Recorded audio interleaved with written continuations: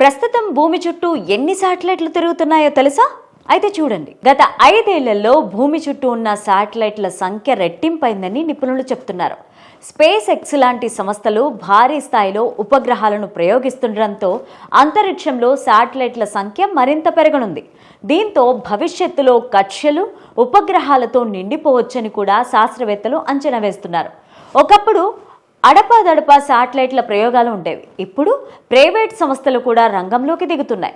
వేల కొద్దీ శాటిలైట్లు ప్రయోగించి మెగా కాన్స్టలేషన్ను ఏర్పాటు చేసుకునే పనిలో ఉన్నారు. ఉదాహరణకు ఉపగ్రహ ఇంటర్నెట్ సేవలు అందించే స్టార్ లింక్ సంస్థకు చెందిన 7500 శాటిలైట్స్ ప్రస్తుతం భూమి చుట్టూ పరిభ్రమిస్తున్నాయి.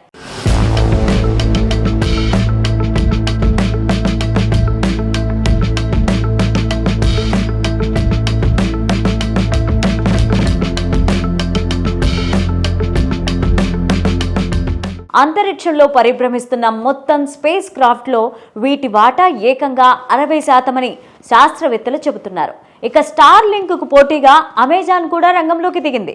ప్రాజెక్ట్ కూపియర్ పేరిట ప్రపంచవ్యాప్తంగా వేగవంతమైన బ్రాడ్ బ్యాండ్ అందించేందుకు వేల కొద్దీ శాటిలైట్స్ ప్రయోగించేందుకు ఏర్పాట్లు చేస్తోంది.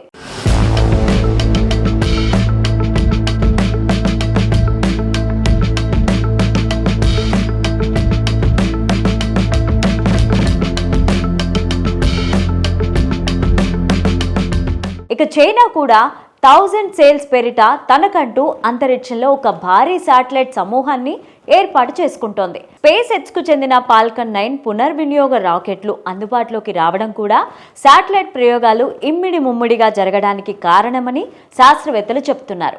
వందల కొద్ది ఉపగ్రహాలను అంతరిక్షంలో ప్రవేశపెట్టేందుకు వీలుగా కొన్ని సంస్థలు కొత్త సాంకేతికతలను అభివృద్ధి చేస్తున్నారు.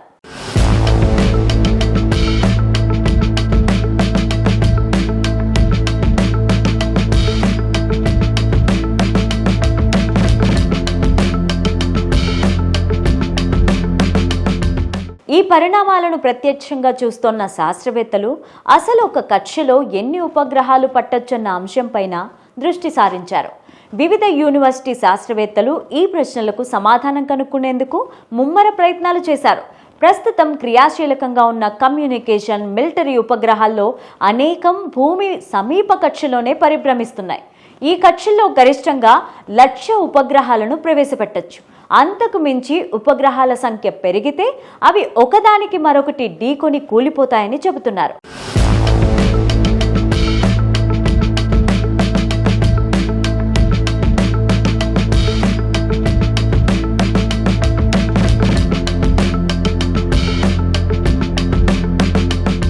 ప్రస్తుతం 11,700 శాటిలైట్లు భూమి చుట్టూ పరిభ్రమిస్తున్నాయి. అయితే ఉపగ్రహ ప్రయోగాలు అంతకంతకు పెరిగిపోతున్న నేపథ్యంలో 2050 సంవత్సరానికల్లా ఈ పరిమితిని చేరుకోవచ్చని అంటున్నారు. ఆ తర్వాత కొత్తగా వాటిని ప్రవేశపెట్టాలంటే పాత ఉపగ్రహాలను కూల్చివేయక తప్పదని అంటున్నారు శాస్త్రవేత్తలు.